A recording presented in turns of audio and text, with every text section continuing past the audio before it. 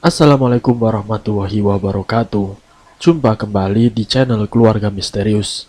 Pada kesempatan kali ini saya akan membawakan kisah misteri yang ditulis oleh Freddy Raskin. Kalian juga dapat mengunjungi tweet beliau langsung ya. Nanti link saya akan sediakan di kolom deskripsinya. Oh iya, di dalam cerita ini nama dan tempatnya disamarkan semua ya, untuk menjaga privasi pihak yang terlibat di dalamnya. Yuk daripada kita lama-lama langsung saja kita masuk ke dalam ceritanya. Pada kesempatan kali ini saya akan membawakan kisah misteri yang berjudul Lemah Kuburan. Seperti apa kisahnya? Mari kita mulai ceritanya. 1997, ekonomi keluarga Dewi berkembang pesat tahun itu. Maklumlah, bapaknya Pak Dullah kala itu menjadi kepala desa di wilayah yang terbilang subur. Meskipun belum digaji seperti sekarang, tapi pendapatan Pak Dullah bisa dibilang lebih dari cukup. Kondisi ini membuat kehidupan Dewi berangsur berubah. Setelah bertahun-tahun sampai duduk di bangku SMA hanya bisa numpang tinggal di rumah neneknya, keluarga Dewi tiba-tiba sudah siap membangun rumah besar dengan 2 lantai. Saat itu di desa belum ada warga yang mempunyai rumah 2 lantai. Sampai suatu sore Dewi yang biasa mengaji di luar musola dijemput salah satu temannya yang bernama Iva. "Tumben Pak jemput, biasanya juga nunggu di pertigaan," kata Dewi yang baru saja keluar dari kamar mandi. Iya Wi, sekalian mau lihat rumah baru, besar ya rumahnya," sahut Iva. Dewi hanya bisa tersenyum sambil masuk ke dalam kamar. Sambil menunggu Dewi, Iva melihat-lihat rumah yang masih setengah jadi itu. Mulai kamar-kamar yang ada di lantai 1, Iva juga menengok lantai 2 yang baru saja diberi adonan semen cor yang tampak masih basah. "Ayo Va, aku sudah siap," kata Dewi mengagetkan Iva yang baru turun dari lantai 2. Mereka lalu bergegas berlari menuju musola. Kurang beberapa menit lagi pengajian sore dimulai. Tidak ada apapun yang aneh hari itu. Semuanya berjalan dengan lancar. Sampai keesokan harinya Dewi bersiap berangkat ke sekolah. Entah kenapa selepas sarapan ada perasaan tidak enak yang dirasakannya. Dewi mencoba memikirkan apa yang kira-kira membuat perasaannya tidak enak. Tapi berkali-kali dipikirkan, Dewi justru bingung sendiri. Dia pun akhirnya memilih tetap berangkat ke sekolah. Namun sebelum berangkat sekolah, Dewi sempat berpapasan dengan 4 orang tukang yang akan membangun lantai 2. 3 diantaranya Dewi kenal karena memang teman sepantarannya yang seharusnya masih sekolah. Tapi karena tidak punya biaya, mereka memilih menjadi tukang bangunan. Sepulang sekolah, Dewi mampir di warung es campur yang berada tidak jauh dari balai desa. Saat sedang menikmati sendokan es, dia melihat mobil pick-up milik bapaknya berjalan ngebut di depannya. Dewi pun bingung karena tidak biasanya bapaknya mengemudi secepat itu. Dewi pun berburu-buru menghabiskan es campurnya lalu berlari ke rumahnya. Dari pinggir jalan dia melihat ada orang-orang berkerumun di depan rumahnya. Dewi mempercepat larinya ingin melihat apa yang sedang terjadi. Di dalam rumah beberapa tukang terlihat berdiri mengelilingi ibu dan pamannya. "Ada apa ini Bu? Kok ramai orang seperti ini?" Dewi pun tidak sabar menanyai ibunya. Tangan ibu Dewi memberikan isyarat agar Dewi diam dulu. Ridwan, salah satu teman Dewi yang juga menjadi tukang, lalu menariknya menjauhi ibunya. "Mas Eko jatuh dari lantai 2, tangan sama kakinya patah," ujar Ridwan. "Loh, kok bisa Wan? Biasanya Mas Eko kan paling hati-hati sendiri," sahut Dewi. Ridwan bercerita jika sebelum jatuh Eko sedang meratakan adonan semen di lantai 2. Jaraknya padahal cukup jauh dari tangga dan pinggiran lantai. Lalu entah bagaimana ceritanya, tiba-tiba Mas Eko berteriak. Tidak lama kemudian ada bunyi benda jatuh dibarengi dengan suara jeritan tertahan. Para tukang yang saat itu jaraknya cukup jauh langsung berlari mencari sumber suara. Ternyata Eko sudah berada di lantai bawah dengan kondisi tangan yang tertindih punggungnya sendiri. Setelah jatuh Mas Eko pingsan. Untung bapakmu belum ke balai desa, jadi langsung dibawa tadi. Kita juga heran, kok bisa jatuh? Jelas Ridwan. Dewi mengangguk sambil membayangkan ngeri. Posisi lantai 2 ada sekitar 6 meter dari lantai 1. Dengan posisi tidak siap pasti membuat orang yang jatuh bisa patah tulang. Akhirnya siang itu pembangunan lantai 2 dihentikan sementara. Pak Dula meminta tukang libur dulu selama 2 hari. Eko harus dibawa ke rumah sakit di kota karena patah tulangnya cukup parah. Saat siuman, Eko sempat berbisik kepada Pak Dula jika dia tidak jatuh sendiri. Ada sosok yang menyeretnya sampai jatuh ke lantai 1. Eko hanya melihat sosok yang menariknya memiliki rambut yang panjang. Kejadiannya juga begitu cepat. Sebelum pingsan, Eko sempat melihat sosok itu di lantai 2. Kejadian itu membuat Dewi sekeluarga merasa ada sesuatu yang tidak beres.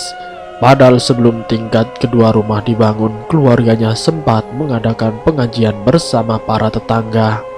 Malam hari setelah jatuhnya Eko, Dewi memilih tidur di dekat tangga. Ibu bersama adiknya tidur di kamar tengah. Di dekat tangga ada kamar tempat bapaknya tidur dan menyimpan beberapa berkas desa. Karena di dekat tangga hawanya terasa lebih sejuk, Dewi menggelar kasur lantai di sana. Sekitar jam setengah 1 dini hari, Dewi tiba-tiba terbangun. Dia mendengar suara lantai tangga yang ditumbuk berkali-kali. Awalnya Dewi merasa malas untuk bangun. Ditariknya lagi selimut karena semakin malam udara serasa lebih dingin. Tapi suara lantai itu seolah terus mengganggunya. Dewi pun akhirnya benar-benar sadar dari tidurnya. Dia khawatir ada orang yang sedang berniat buruk dan melakukan sesuatu di atap rumah. Duk, duk, duk. Suara itu terdengar semakin jelas. Dewi beranjak dari kasur lantai lalu merangsut ke arah tangga. Lampu dari ruang tengah tidak begitu terang menyinari tangga. Sambil mengucek mata, Dewi mencoba melirik ke bagian lantai 2 yang gelap. Duk, duk, duk. Suara itu terdengar lagi, seperti ada sesuatu yang akan turun dari atas. Dewi merasakan dadanya berdegup, takut melihat apa yang akan turun.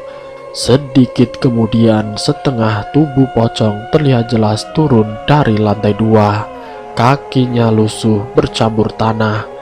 Dewi pun langsung berlari ke arah kamar Pak Dula. Dilihatnya bapaknya sedang tertidur tertutup selimut. Dewi memeluk bapaknya dan membenamkan wajahnya ke dalam selimut. Tubuh Dewi gemetar. Selama ini belum pernah dilihatnya makhluk halus secara langsung. Kepalanya masih mengingat jelas wujud setengah badan pocong yang tadi ada di atas tangga. Tiba-tiba Dewi pun mencium bau busuk di depannya, seolah keluar dari tubuh bapaknya. Dewi mencoba memindahkan wajahnya. Kali ini Dewi pun langsung berteriak. Ternyata bukanlah bapaknya yang ada di sampingnya, tapi ternyata itu adalah makhluk dengan rambut panjang kasar. Wajahnya dijahit ke dalam sehingga tidak tampak mana mata dan mulutnya. Dewi pun langsung melompat keluar dari kamar. Digedornya kamar ibunya sambil berteriak. Namun kamar ibunya pun tidak kunjung dibuka. Dengan keringat dingin yang terus mengalir, Dewi berharap bisa pingsan. Digoyang-goyangkannya kenop pintu kamar tapi tidak bisa terbuka. Dewi berlari keluar rumah, dilompatinya pagar rumah. Begitu turun, tubuh Dewi langsung ditangkap Pak Dula. Ada apa, Dek? Kok sampai melompat pagar? Pak Dula bertanya kaget. Dewi melihat ada ibunya di samping bapaknya sambil menggendong adiknya yang tertidur. Bapak dari mana? Di rumah banyak setan, Pak, kata Dewi sambil mengatur nafas yang masih tidak teratur. Pak Dula kemudian membuka pagar rumahnya. Dia masuk ke dalam sambil melihat kamar dan tangga. Tidak ada apa-apa, semuanya kosong. Pak Dula dan istrinya ternyata baru saja pulang dari balai desa. Dia sengaja tidak membangunkan Dewi yang sedang tidur nyenyak. "Besok Bapak tanya Pak Demo, sekarang istirahat lagi saja," ujar Pak Dullah. Pak Dullah menyuruh Dewi yang masih terlihat ketakutan masuk lagi di dalam rumah. Dewi pun kemudian melanjutkan tidur bersama ibu dan adiknya. Keesokan harinya beberapa tukang yang akan melanjutkan pembangunan datang lagi ke rumah Dewi. Belum juga bekerja, para tukang sudah ribut karena alat mereka hilang. Pak Dullah sampai ikut-ikutan mencari karena tidak mau pekerjaan di rumahnya kembali tertunda. "Padahal mulai Eko jatuh tidak ada yang naik ke atas sini, kok bisa hilang ya?" kata Pak Dullah ke salah satu tukang. Akhirnya terpaksa Pak Dullah pergi ke toko bangunan membeli beberapa peralatan, mengganti alat-alat milik tukang yang hilang. Sore harinya seperti biasa Dewi pergi ke musola untuk mengaji bersama teman-temannya. Kali ini Dewi bangun terlambat karena kurang tidur malam harinya. Dewi tidur siang sampai sore. Iva yang biasanya datang menjemput hari itu tidak datang. Dewi berlari sambil memegang mukena ke musola. Dia memilih jalur melewati pemakaman umum agar bisa sampai lebih cepat. Padahal biasanya meskipun jalan beramai-ramai, Dewi enggan melewati jalur ini. Ketika melewati pemakaman, langit sudah mulai meredup, tapi masih cukup terang untuk menerangi jalanan. Ketika masuk ke area pemakaman, Dewi melihat ada seorang wanita yang berdiri di dekat salah satu makam. Dewi ragu untuk lewat, tapi jarak ke musola terlalu jauh kalau harus berputar. Dewi pun kemudian mempercepat langkahnya. Dilewatinya wanita yang menunduk dengan posisi tangan seperti menimang bayi. Jantung Dewi berdegup persis seperti semalam ketika bertemu dengan pocong di rumahnya. Dewi menatap lurus depan begitu melewati wanita tersebut. Langkahnya terasa semakin berat. Dewi berusaha berlari melepaskan diri dari situasi itu. Tapi semakin dicoba, tubuhnya seperti tersedot ke belakang. Dewi lalu merasa ada jari-jari yang menyentuh pundaknya. Spontan Dewi mengucapkan istighfar sambil menjerit. Dia pun bisa berlari menjauh. Namun sesaat sebelum keluar dari pemakaman, Dewi menoleh ke belakang. Dilihatnya wanita tadi melambai-lambaikan tangan sambil menduduki nisan. Dewi tidak menggubris dan segera berlari ke musola. Malam itu pikiran Dewi semakin tidak karuan. Dia merasa bingung dengan gangguan yang terus menerornya. Selepas Isya, Dewi pulang ke rumah setelah mengaji dari musola. Kali ini dia memilih pulang bersama-sama dengan teman-temannya agar tidak lagi mendapat gangguan. Sesampainya di rumah, Dewi melihat ada Pak Dedayat, kakak dari ayahnya yang sudah duduk di dalam ruang tamu. Ibu Dewi duduk di samping bapaknya dengan wajah lesu. Dewi pun langsung bergabung bersama mereka. Ternyata Ibu Dewi baru mengalami kejadian yang aneh. Ceritanya selepas maghrib, Ibu Dewi berdandan di dalam kamarnya. Dia duduk di depan meja rias sambil menyisir rambut. Tiba-tiba dia merasa ada benda-benda kecil yang jatuh di kepalanya. Awalnya Ibu Dewi pun mengabaikan. Dipikirnya hanya butiran pasir atau laron yang tidak sengaja jatuh. Tapi lama-kelamaan benda-benda kecil itu terus berjatuhan. Ibu Dewi langsung mengambil satu yang tersangkut di rambutnya. Setelah diamati, ternyata benda kecil itu adalah belatung. Ibu Dewi langsung menengok ke atas, tapi tidak ada apa-apa, hanya langit-langit kosong. Dia kemudian keluar dari kamar, melewati dapur, lalu ke kamar mandi. Saat melewati dapur, Ibu Dewi membuka selambu berwarna putih yang memisahkan ruang tengah dan dapur. Baru 3 langkah berjalan, Ibu Dewi langsung teringat jika tidak pernah ada selambu yang terpasang di lorong pemisah antara ruang tengah dan dapur. Bulu kuduk Ibu Dewi berdiri, kepalanya lalu menoleh ke belakang. Di sanalah dia melihat makhluk itu menempel di tembok seperti cicak. Rambutnya panjang mirip ijuk dengan baju putih yang lebar. Mata makhluk itu dijahit ke dalam, tapi mulutnya lebar, menganga dan meringis ke arah Ibu Dewi. Setelah melihat itu, Ibu Dewi langsung lemas dan pingsan di dapur. Sampai akhirnya Pak Ade Dayat dan bapaknya Dewi datang. "Aku akan tidur di sini, Dul. Pasti ada yang mengganggu. Biar saya atasi," kata Pak Ade Dayat kepada Pak Dullah. Bapak dan Ibu Dewi mengangguk bersamaan. Akhirnya malam itu Pak Ade Dayat tidur di rumah Dewi. Pak Ade Dayat menggelar kasur di bawah tangga, tepat di tempat Dewi tidur beberapa hari yang lalu. Dewi pun memilih tidur bersama ibu dan adiknya di dalam kamar. Semalaman Dewi berusaha mendengarkan apa yang dilakukan Pak D-nya di luar kamar. Dewi pun hanya mendengar suara langkah kaki ke atas tangga. Esok paginya Pak D Dayat meminta Pak Dullah memanggil beberapa orang tukang.